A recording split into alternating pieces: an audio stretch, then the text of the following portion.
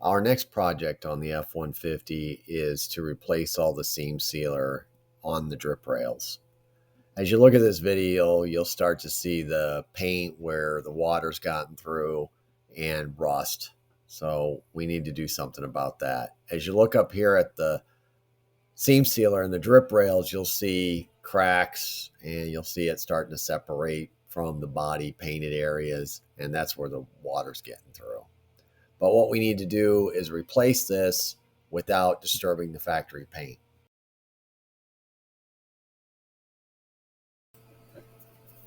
As you look at the passenger side here, it's the same story as the driver's side. Water is starting to wick through the seam and it's causing damage to the paint inside the door jamb. And as you look at the seam sealer itself up top, it's got cracks, it's aged, sun damaged, it's separating from the body itself and needs to be replaced.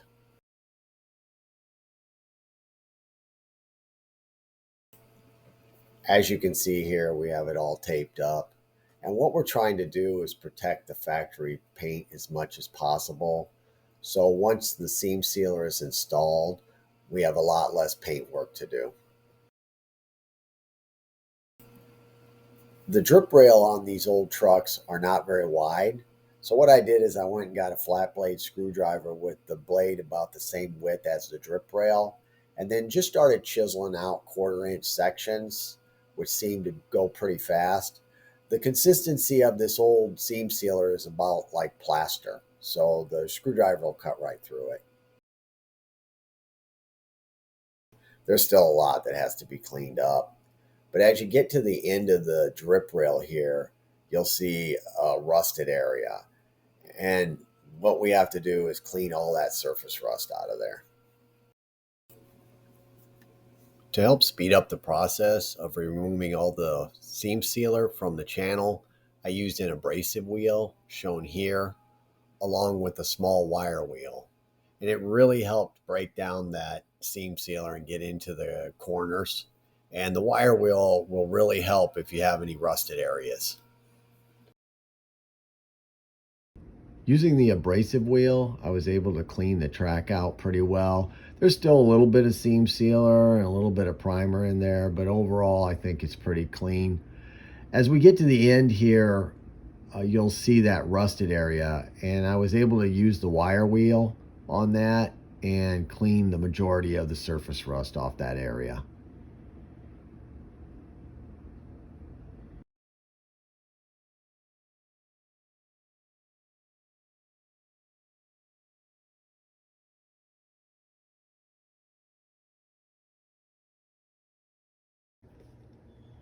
Since they don't recommend applying seam sealer to bare metal, I'm going to primer the drip rail track with this Rust-Oleum automotive primer.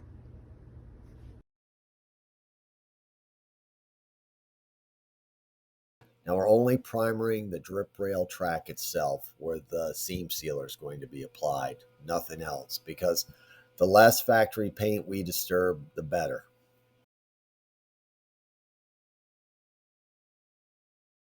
Here it is with the paper and tape taken off. What I did is I'd put 3 light coats on it and then let it set 24 hours, and now it's ready for seam sealer. There's a lot of seam sealers on the market today. Some are self-leveling, some are fast drying. But what I did is I just went and found one that had a lot of positive ratings, and then I just went with that one. This is the third time we've taped this up, but we're all taped up and ready to apply the seam sealer. I went online and watched several guys applying seam sealer, and some guys use their finger, some guys use a dowel rod, some guys use a popsicle stick. And this track is really narrow, so I had to find something that would fit down inside of it because my finger won't fit. So I went around the house and I found this refrigerator magnet, and I think that's going to work really well to apply it. I didn't film this next step, and the reason is you have 1, maybe 2 minutes to work with this stuff. It sets up really fast. So what you want to do is almost apply too much to the channel instead of not enough, because if you don't play enough, you're going to have to put in a second bead and go over it again.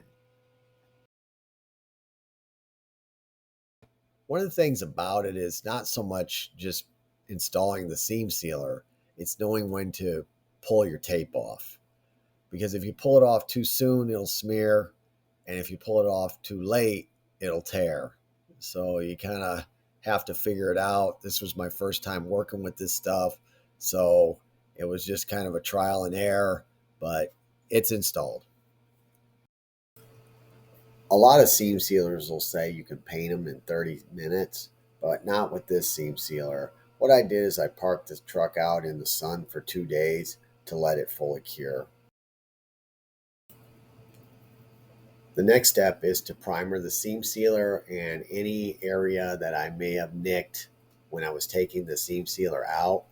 So once again, we have it taped off. I'd stopped by the store and just picked up some of that light gray Rust-Oleum sandable primer, and that's what we're going to use on it. So what I did is I just applied 3 light coats of the Rust-Oleum primer to the area, and we should be good to go.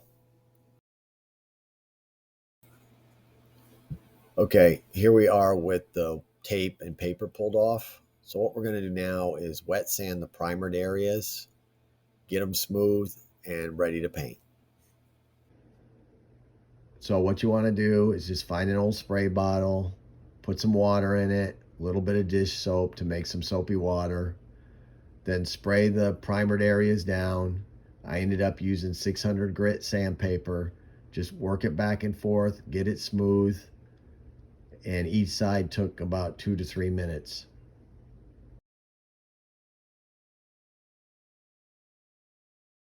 Okay, here's the area all wet sanded. Once again, we only wet sanded the primered areas where the seam sealer went on, or the areas that I may have nicked when I was taking out the seam sealer. None of the factory paint.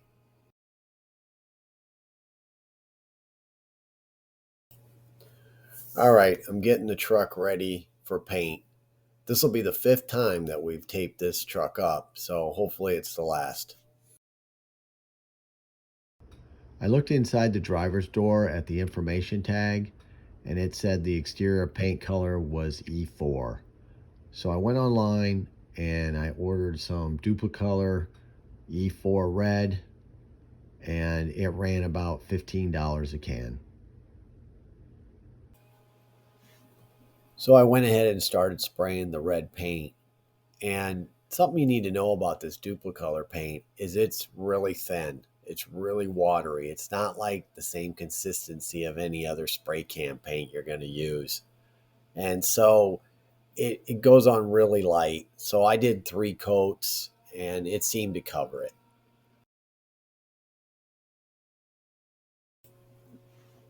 After I had applied the 3 coats of paint, I waited about 2.5 hours and then I removed the tape. And the color match was pretty close.